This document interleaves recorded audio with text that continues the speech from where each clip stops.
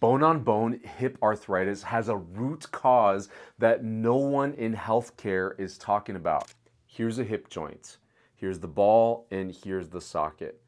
When you have bone-on-bone hip arthritis, it just means that the ball is touching the socket, usually on the front upper part of it, like right here where my finger is touching. The reason why the bones touch each other, and they shouldn't be, is because of a muscle imbalance. That's the root cause, the secret that nobody's really talking about. And I wouldn't call it a secret, that's kind of a misnomer.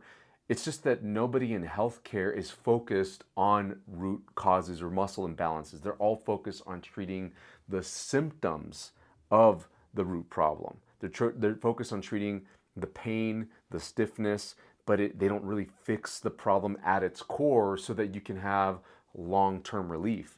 Things like medications, injections, and even surgery, even a hip replacement surgery, are only short-term relief of the problem, and they can still lead to the pain and problem coming back and worsening in the future. Let me explain how this muscle imbalance works so that you can understand this all the way.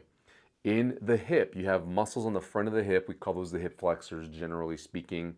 And then on the back of the hip, you have the glute muscles, the butt muscles, for a more well-known term. In the hip, when you have an imbalance of weakness on the back, the glutes are weak, the butt muscles are weak, then you get an over dominance on the front. And when these muscles on the front are too strong and these are too weak, then what it does at the ball and socket joint is it tends to pull the ball forward on the hip, because those strong hip flexors in the front are going to pull it forward, and the glutes on the back don't balance it out, so you don't keep the ball centered in the socket. It ends up drifting forward. Over time, and with more and more activity as you begin to move, the ball begins to rub on the socket. And there's other things in there. There's lining of cartilage on the ball. There's cartilage on the inside of the socket right here. There's something called the hip labrum, which is a lining of cartilage on the edge right here of the socket part. But those things can tear. This is what causes hip labral tears, and eventually they progress towards hip osteoarthritis and bone-on-bone hip arthritis. Hey, I want to interrupt the video really quick to tell you about our hip arthritis recovery program. This program has three major components in it that you can take advantage of. One is it's got a curriculum. It tells you exactly what to do to heal your hip arthritis, to go from not being able to walk, having pain in the mornings, stiffness in the mornings, fear that you're going to have a hip replacement eventually. It tells you all the steps in the curriculum, but then we've also got coaching.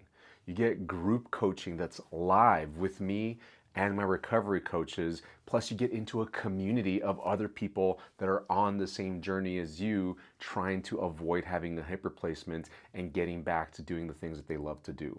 Learn more about this program, the Hip Arthritis Recovery Program, in the link below here in the description. Back to the video. You can address the root problem by fixing the muscle imbalance. You can get the bones to not touch by centering the ball into the middle of the socket, by simply getting stronger muscles on the back right here. If you can get stronger muscles on the back side of the hip, on the glutes, on the butt muscles, then you should have a relative lower dominance of muscle force on the front of the hip. In other words, the hip flexors don't have to work as hard.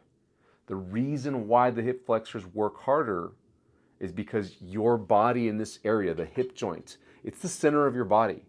That means it's the center of gravity for your body, so you get a lot of stability for your everyday things like standing, walking, any kind of moving around, like standing up out of a chair, transitioning in and out of a vehicle or a table, anything like that. You have to use your hip muscles quite a bit. And if you don't have good glute strength in the back, then your body begins to find ways to compensate, to find stability, to find ways to move in the ways that you need to.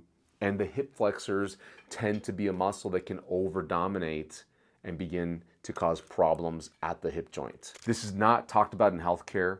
What's usually blamed as the reason for bone-on-bone hip arthritis is age and overdoing it, like being too active or past injuries.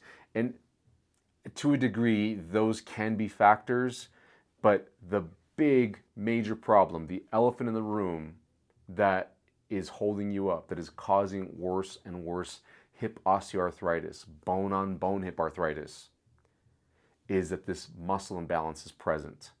And until you fix it, you're going to continue to have hip pain. You're going to continue to get stiffness.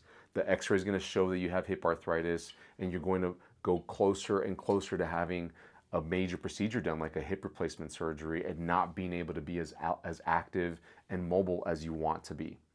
So check out our channel here for more help on how to fix this problem. I've got tons of videos. I've got a whole playlist. Go down into the description below here, and you'll find a link to our hip arthritis help playlist.